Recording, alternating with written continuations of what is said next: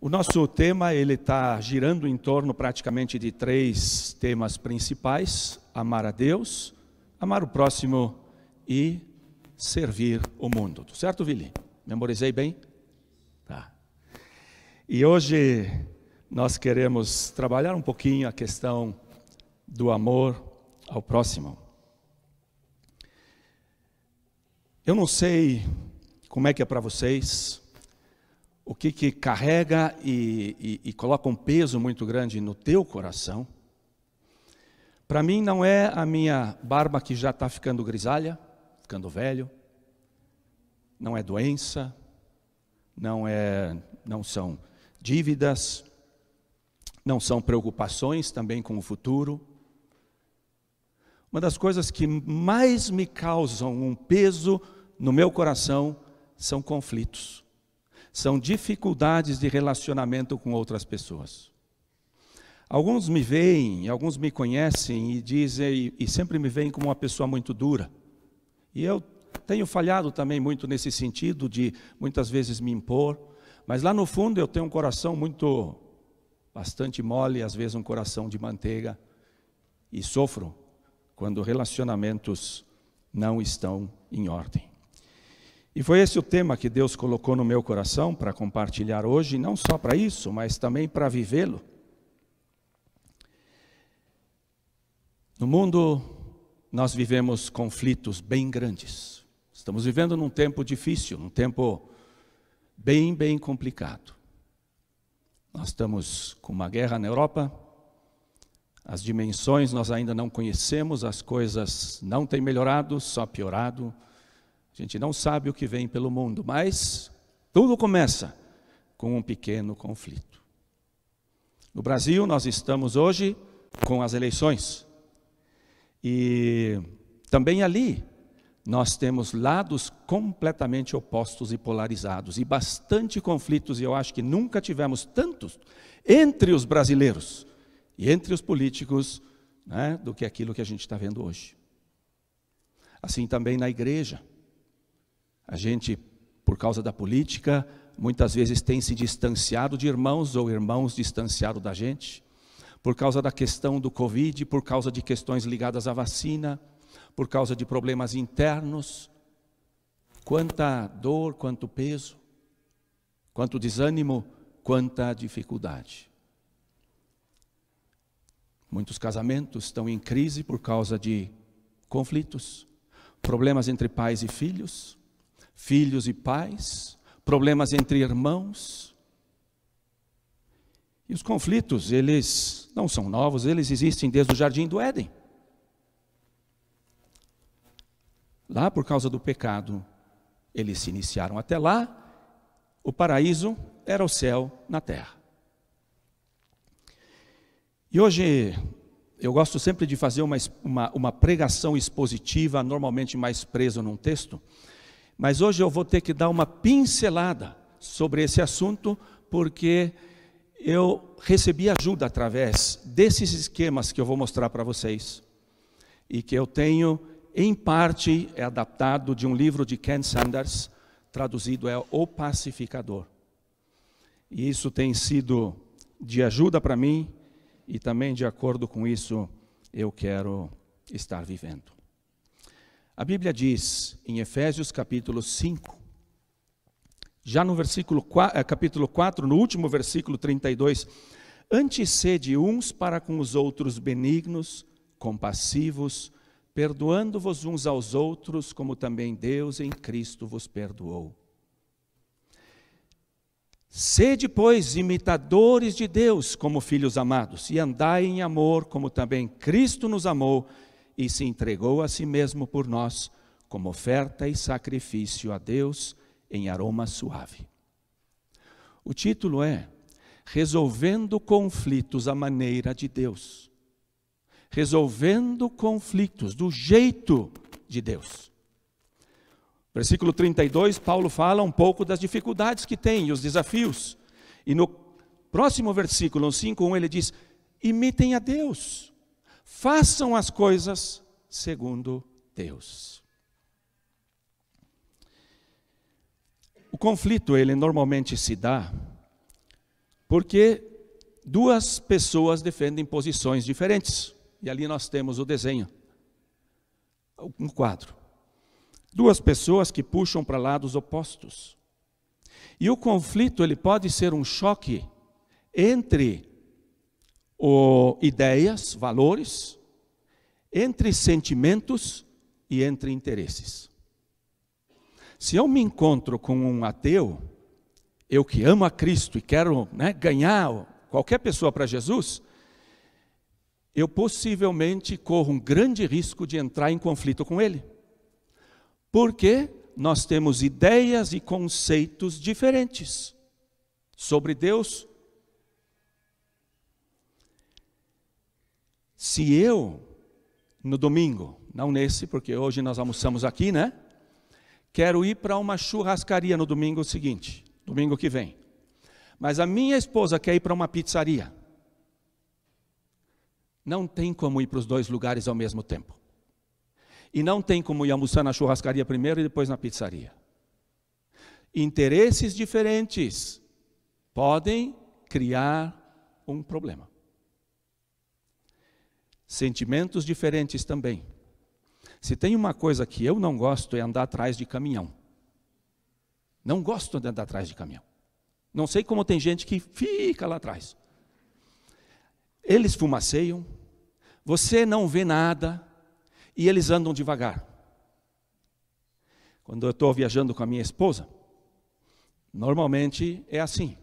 Nós temos sentimentos diferentes dentro do carro. Eu olho e vejo uma brecha, o outro está lá longe. E eu acelero, eu estou animado, cheio de coragem. E quando eu saio, minha esposa vê o carro lá na frente, ela pisa nos freios, só que graças a Deus do lado dela não tem. Mas ela fica numa aflição. O sentimento que ela tem naquele momento é o de temor, é o de medo que a gente vai bater. E ela tem razão, porque às vezes quase aconteceu. Mas Deus foi generoso. E é por isso que as nossas viagens estão cada vez mais lentas. Por isso nós estamos decidindo viajar mais de avião. Aí a gente chega um pouquinho antes. Conflitos são um fato da vida. Eles acontecem aqui e lá por causa, às vezes, de coisas tão pequenas e coisas, às vezes, tão bobas. Mas elas estão aí. E o problema não é o conflito em si. A questão é porque o conflito não é mal nem bom. O conflito só mostra como nós sentimos, como nós pensamos e os nossos interesses, a nossa vontade, que é parte da nossa alma. E é importante nós podermos expressar. Então o conflito não é o problema é como nós tratamos o conflito. E eu quero, junto com vocês, apresentar 3 maneiras como nós normalmente fazemos isso. O próximo slide. Esse aqui é a maneira de enfrentar o conflito pelo escape. Escapando. O conflito não é gostoso quando a gente não consegue resolver logo, ele tira o sono, ele é desagradável. De repente também, para me aproximar do outro, eu tenho que quebrar o meu orgulho. Então, dá trabalho. O mais fácil é quando o conflito se apresenta, eu dou uma voltinha e sigo a vida. Eu simplesmente não enfrento aquele conflito. E o primeiro ponto, eu não sei se dá para ver ali, está bem pequenininho, mas dá. É a negação. É negar que existe um conflito e seguir. No livro de Jeremias, sobretudo no capítulo 37, nós temos a história de Zedequias. Ele reinou durante 11 anos em Israel. E ele reinou num período bem difícil, quando a Babilônia era uma potência. E o profeta Jeremias diz, se submeta à Babilônia, porque essa é a mensagem de Deus.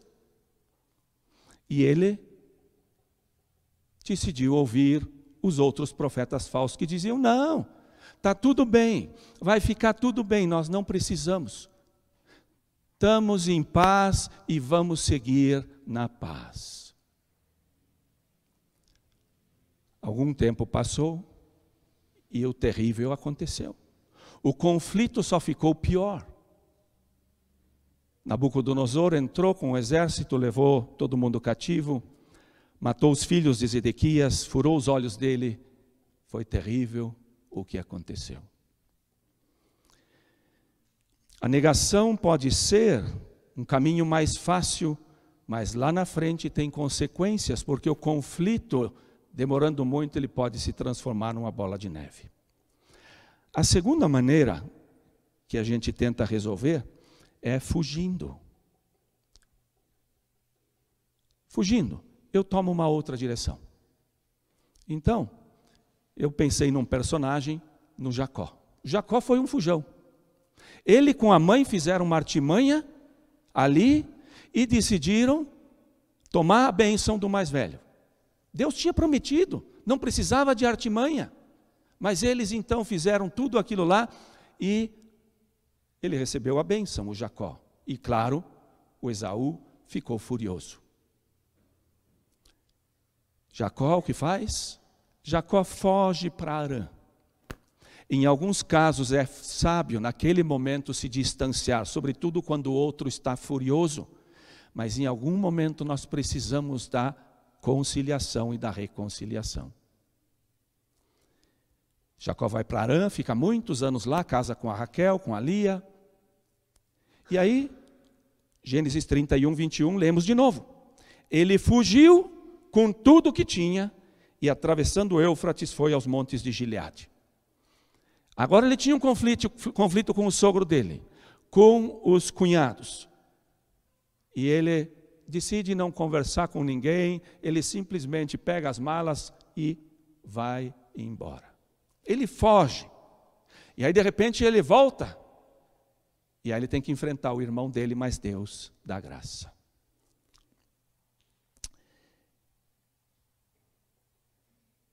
Um terceiro é uma resposta extrema e muito lamentável, mas também existe. Quando os conflitos e os problemas se tornam tão grandes que eu não vejo mais nenhuma possibilidade, eu tiro a minha vida. Eu me suicido. E o suicídio, ele infelizmente tem crescido no nosso tempo. Por quê? Porque as pessoas têm uma dificuldade muito grande em resolver os seus problemas e os seus conflitos e muitas vezes acham que essa e dessa maneira eles se livram então do conflito.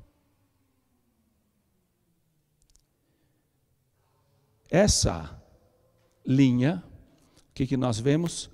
Nós vemos um afastamento daquela outra pessoa, seja pela negação, seja por fugir, ou seja por tirar a minha própria vida e tentar dessa maneira resolver as coisas. Eu procuro resolver com o meu afastamento, com o meu distanciamento, e aí fica melhor. O segundo slide, ele vai numa direção oposta. Eu vou em direção ao outro, mas numa linha de ataque. Eu não me distancio do outro como no primeiro, eu vou em direção a ele, mas atacando. O interesse é que eu ganhe, mesmo quando custe a relação. Estou mais interessado em ganhar o conflito e mostrar a minha força do que preservar uma relação. Primeira resposta, o primeiro caminho, a agressão. Os ataques, eles podem ser verbais, podem ser físicos. Eu procuro colocar a culpa toda na outra pessoa, falo duramente, levanto a voz, intimido o outro, procuro desacreditar e enfraquecer aquela outra parte. Às vezes são usadas inclusive meias verdades ou até mentiras. E nós temos vários casos, eu só quero ler um aqui, por exemplo, Atos capítulo 6, versículo 10. E não podiam resistir à sabedoria e ao Espírito pelo qual ele falava. Ele quem? Estevão. Uma sabedoria e uma graça falando. Havia um conflito. E eles estão vendo que eles estão perdendo. E o que eles fazem? Então subornaram homens que dissessem: temos ouvido esse homem proferir blasfêmias contra Moisés e contra Deus. Sublevaram o povo, levantaram muitos outros ainda com eles, os anciãos e os escribas, e investindo, o arrebataram, levando ao sinédrio. Apresentaram testemunhas falsas que depuseram: esse homem não para de falar contra o lugar santo e contra a lei. Armaram tudo para poder derrubar o Estevão, a agressão. Segundo, o litígio. É uma outra forma de procurar forçar a outra pessoa, de procurar fazer com que aquela pessoa realmente venha a se dobrar ou venha a aprender a lição que ela precisa aprender. Nós fazemos uso de advogados e fazemos uso de tribunais. Em 1 Coríntios capítulo 6, isso já acontecia na igreja, não é coisa nova. Capítulo 6, Paulo, quando descobre que na igreja havia isso, inclusive entre os irmãos, lá no capítulo 6, versículo 5, ele diz: para vergonha vou-lo digo, não há porventura nem ao menos um sábio entre vocês que possa julgar no meio da irmandade? Ou seja, na igreja, deveríamos procurar pessoas da igreja para julgarmos os nossos problemas. Mas irá um irmão a juízo contra outro irmão, e isso perante incrédulos? O só existir entre vós demandas já é completa derrota. Ele diz: só você querendo só procurar o seu e ganhar sobre o outro já é uma derrota. Por que não sofreis antes a injustiça? Por que não sofreis antes o dano? Mas vós mesmos fazeis a injustiça e fazeis o dano, e isto aos próprios irmãos. Paulo está bravo. Por quê? Porque esse não é o caminho de Deus. Essa não é a maneira de Deus resolver as coisas. A maneira de Deus não é por agressão e não é por litígio. Terceiro, mais grave, é o outro extremo. É o assassinato. Eu não consigo vencer, dobrar o outro, então eu vou tirar o outro de cena. Primeiro acontece na Bíblia, capítulo 4 de Gênesis, com Caim e Abel. O problema de Caim não era com Abel. O problema de Caim era com Deus. Mas como não dá para matar Deus, ele matou aquele que Deus amava. Mas tirou do caminho. E nós sabemos, o Estevão, ele acabou tendo o mesmo fim. E nós sabemos que nosso Senhor Jesus, na época, também teve o mesmo fim. Por quê? Porque pessoas decidiram resolver as coisas dessa maneira. Agora, o terceiro slide. O padrão bíblico para alcançar e viver em paz. E aqui eu só vou ter 3 pontinhos. Tem bem mais que nós poderíamos colocar, passos importantes nesse sentido. E a maneira de resolver, segundo o padrão de Deus e o padrão bíblico, é o caminho do amor. É o caminho do amor. Paulo diz: andai em amor, como também Cristo nos amou. Olha só ele, olha o exemplo dele. Andem. E sabe que a resolução de conflitos, ele é muitas vezes um caminho de muitos passos. Mas quando nós caminhamos em amor, não me afastando do outro, que era o primeiro extremo, ou afastando o outro de mim, que era o segundo extremo, mas indo em direção ao outro. Vejam para onde as flechinhas apontam. Um para o outro, procurando se aproximar. Andai nisso, diz o apóstolo Paulo, em amor. E amor eu não preciso nem dizer. Amor aqui é o amor ágape, onde eu não procuro o meu, mas onde eu procuro aquilo que é bom para o outro. Aqui, a distância diminui entre um e o outro. A relação é mais importante do que o problema que se estabeleceu. A relação vale muito, ela é muito preciosa com aquela outra pessoa. E mais importante do que o meu orgulho, do que os meus interesses, os meus sentimentos e as minhas ideias. 3 passinhos que eu acho que são bem importantes. O primeiro, bem simples, dialogar. Dialogar. Quando nós temos um conflito com a outra pessoa, com quem nós conversamos? Normalmente com os outros. Normalmente vamos aos outros e quase sempre falamos mal da outra pessoa. Jesus, em Mateus 5, 23, 24, diz: portanto, se você estiver apresentando a sua oferta diante do altar, e ali se lembrar de que o seu irmão tem algo contra você, deixe a oferta ali diante do altar e vá primeiro reconciliar-se com o seu irmão, para ver como é importante a reconciliação. Deixe a oferta é importante, mas a reconciliação é mais importante. E aqui no caso, se eu errei, eu ofendi a outra pessoa, e ele está ofendido, eu devo ir. Eu devo ir. E depois Jesus, um pouco mais adiante, no capítulo 18, 15, diz: se o teu irmão pecar contra você, vá e a sós com ele, mostre-lhe o erro. Agora, no caso, eu sou o ofendido. O meu irmão pecou. Vá a sós com ele e dialogue. Ou seja, se o outro falha comigo, eu devo ir. Se eu falho com ele, eu devo ir. Para ver a importância que a Bíblia dá a essas 2 flechinhas ali. Ao diálogo, à conversa, a não romper, a não tomar esses outros caminhos.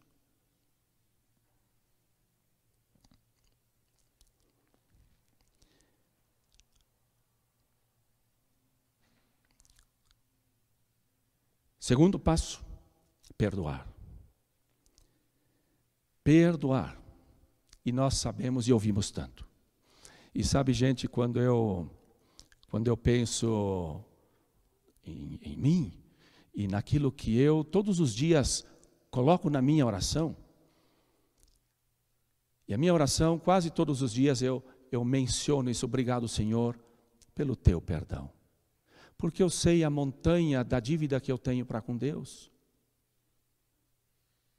e eu sei que Jesus, Ele foi para a cruz e Ele morreu como inocente, como perfeito, e através da fé eu tenho perdão dos meus pecados e uma limpeza, e assim eu posso ter uma consciência limpa e uma consciência tranquila, e posso me relacionar com Deus desimpedidamente. E a gente conhece tudo isso e sabe, isso deve alegrar o nosso coração, isso, nos enche de alegria por termos um Deus tão cheio de graça e misericórdia.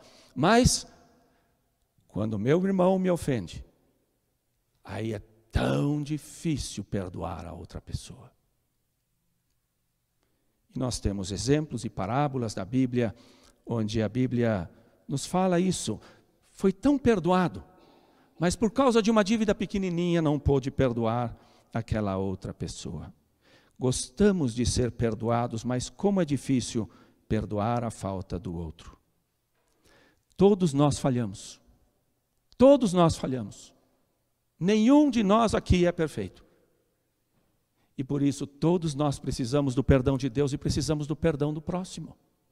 Do nosso irmão, da minha esposa, dos meus filhos. E uma das coisas importantes nesse caminhar juntos é que no momento em que eu vou dialogar ou vou conversar, que eu já tenha perdoado no meu coração. A gente sempre quer que o outro venha nos pedir, de preferência de joelhos, perdão pelo que ele fez. Não funciona assim. Pedro negou a Jesus. Jesus disse: aquele que me negar, eu o negarei diante do Pai do céu. Ou seja, foi um pecado para a morte. Pedro se arrependeu. Mas eu não conheço um texto na Bíblia onde Pedro chegou para Jesus e disse: Jesus, você pode me perdoar? Jesus estava disposto a perdoar, e depois, quando eles se encontram, Jesus diz: Pedro, você me ama? E aí ele tem a possibilidade de dizer o quanto ele ama Jesus. Mas Pedro não pediu perdão para ele. E foi perdoado, porque lá no fundo ele estava arrependido. E quantas vezes é assim, a outra pessoa, talvez ela não disse, isso é bom quando a gente diz, sim, sem dúvida nenhuma. Mas de perdoar mesmo quando a outra pessoa não o diz. E de ter uma atitude perdoadora, ainda que o conflito todo esteja ali. O perdão, ele nos fortalece, o perdão, ele cura.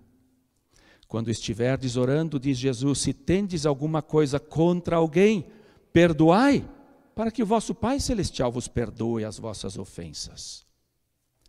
Antes sede uns para com os outros benignos, compassivos, perdoando-vos uns aos outros, de novo, como também Deus em Cristo vos perdoou. Tão bom orar e dizer: Senhor, obrigado pelo teu perdão, obrigado pelo privilégio de ser perdoado, mas também daí sempre lembrar, estou eu nessa atitude de perdão, perdoando o meu próximo, como também Deus em Cristo vos perdoou. Perdoar é abrir mão, perdoar é soltar. A palavra perdoar vem do latim perdonar, que tem dentro a palavra donar, português, doar. E eu sempre gosto daquele per na frente, perfeitamente. Doar perfeitamente. Doar de tal forma que uma relação possa ser restaurada. O per não é o perfeitamente do latim, a etimologia dessa palavra é um pouquinho diferente, mas ajuda a gente a lembrar. E por último, terceiro, fazer o bem. Às vezes nós procuramos ir em direção a outra pessoa com diálogo, procuramos conversar, procuramos ouvir, mas a outra pessoa, ela não quer. Ela talvez tomou o caminho primeiro, ela se afasta de mim, ou ela tomou o segundo caminho, ela quer me prejudicar, ela quer me fazer mal. O que eu devo fazer? Qual é a opção que eu tenho? Jesus, de novo, diz: amem os seus inimigos e orem por aqueles que os perseguem. Eu não sou inimigo dele, mas ele me vê talvez como um inimigo. E Jesus diz: amem, amem. E esse amor é que faz uma grande diferença. Alguém uma vez disse: 10% das coisas da vida são relacionadas com aquilo que te acontece. Você não pode fazer nada. Essas coisas, elas vêm sobre você por diferentes circunstâncias e situações, dentro da família, num trabalho, dentro da igreja, num país onde nós moramos. Mas 90% são relacionados com a forma com a qual nós reagimos àquilo que nos acontece. Como eu disse, nós vamos ter problemas, dificuldades, os conflitos virão. Mas 90% da solução vai depender em grande parte de mim.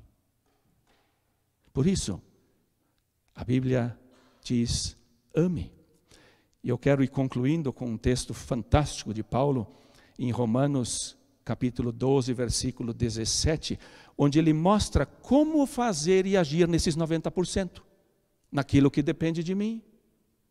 E ele diz: não retribuam a ninguém mal por mal. Procurem fazer o que é correto aos olhos de Deus. Façam todo o possível para viver em paz com todos. Amados, nunca procurem vingar-se, mas deixem com Deus a ira, pois está escrito: minha é a vingança, eu retribuirei, diz o Senhor. É interessante a ênfase que Paulo coloca. Eu também nunca tinha visto, só agora quando eu estava preparando, chegou a me chocar a ênfase. E a firmeza com a qual Paulo diz aquilo que ele acha que é importante. Primeiro ele começa e diz, não retribuam o mal que outros façam para você. Depois, procurem fazer. Não façam isso, mas procurem fazer. Procurar aqui é se empenhar com diligência, com todo o esforço. Depois, versículo 18, façam tudo o possível. Façam tudo o possível. E eu, nas dificuldades que eu tenho que pensar, realmente estou fazendo todo o possível? Estou me esforçando com todos os meios e todas as forças na dependência de Deus? Paulo diz, façam todo o possível para viver em paz com todos. E depois no 19, ele ainda vai mais longe. E ele diz, nunca, e usa uma palavra fortíssima, procurem vingar-se. Nunca procurem vingar-se. Nunca, jamais. Deixem isso de longe, porque é incompatível com a vida nova que nós temos em Cristo. E daí ele dá algo bem prático. De como podemos ganhar o outro, ainda que o outro esteja se afastando ou querendo o meu mal. E ele diz, se o teu inimigo tiver fome, dê-lhe de comer. Se tiver sede, dê-lhe de beber. Observe, não se distancie dele. Se ele está com fome, você não está longe para ver ele com fome, né? Ou com sede. Não está longe, você está próximo. E ali onde você puder ajudar ele, ajude-o. Auxilie. Paulo diz, fazendo isso, você amontoará brasas vivas sobre a cabeça dele. E aqui o contexto não é de você, colocar um fogo na cabeça dele para que doa, para que ele sofra bastante. O contexto é de amar e de ganhar. Mas Paulo está dizendo, com essa atitude, aquela pessoa, ela vai começar a pensar diferente, quem sabe? E você vai poder ganhar essa pessoa. E Paulo termina e diz, não se deixem vencer pelo mal. Ele está escrevendo para uma igreja. Eu posso me deixar levar pelo mal. A natureza caída, ela continua ali ainda. Paulo diz, não, vençam o mal com o bem. Aqui é um grito de vitória. Existe a possibilidade de vencer o mal fazendo o bem. Esse foi o caminho de Cristo. Esse é o caminho de Cristo que devemos imitar. Quando ali no jardim do Éden, ele pega aquela orelha cortada por um dos seus discípulos, de um homem que veio para pegar ele com paus e espada, e ele restaura aquela orelha ao Malcom. Como? No Getsemane, onde eu falei? No Éden. Mas eu não estou muito errado. Eu não estou muito errado. Sabe por quê? E sabe que isso aqui talvez foi até provisão. Porque naquele momento, Getsemane, aquele momento de tanta dor e dificuldade, passou a ser um paraíso. Não é verdade?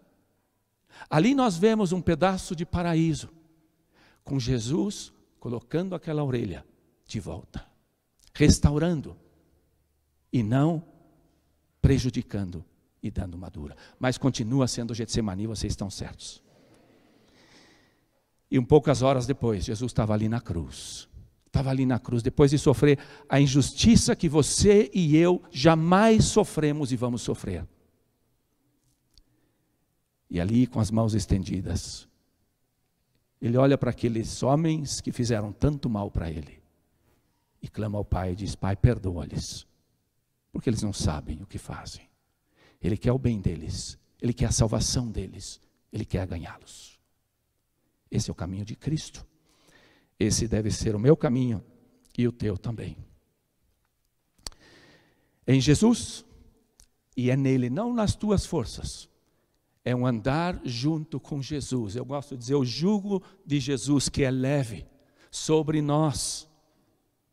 Esse é o de que em seu amor nós transbordemos desse amor.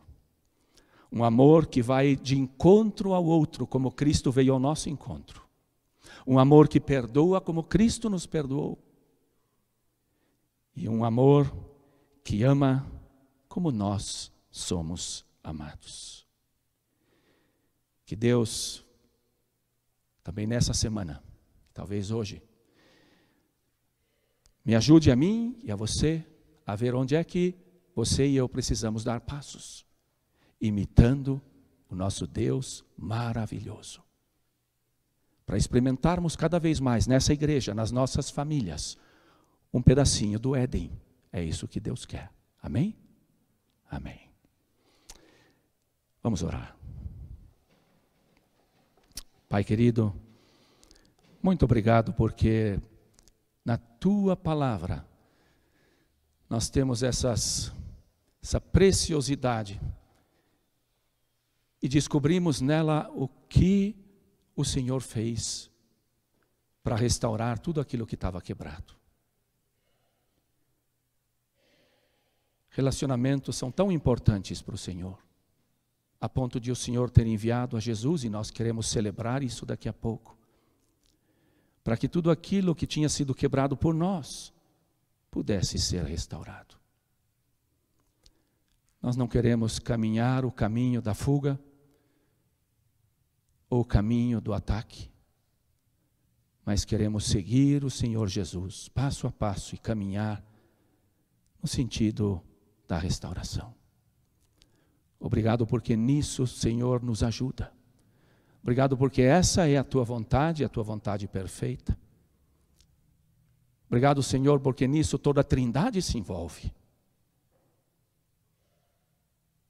Ajuda-nos a ter um coração humilde, quebrantado na Tua presença, mas também humilde diante do outro. Que todo mal que o inimigo tentou para destruir nossos relacionamentos, famílias, igreja, comunidade, país, caiam por terra a partir de homens e mulheres que são verdadeiros pacificadores. Obrigado porque sobre eles está essa palavra linda: bem-aventurados os pacificadores, porque deles é o reino dos céus. Queremos experimentar isso. Obrigado pela Tua ajuda. No nome de Jesus. Amém.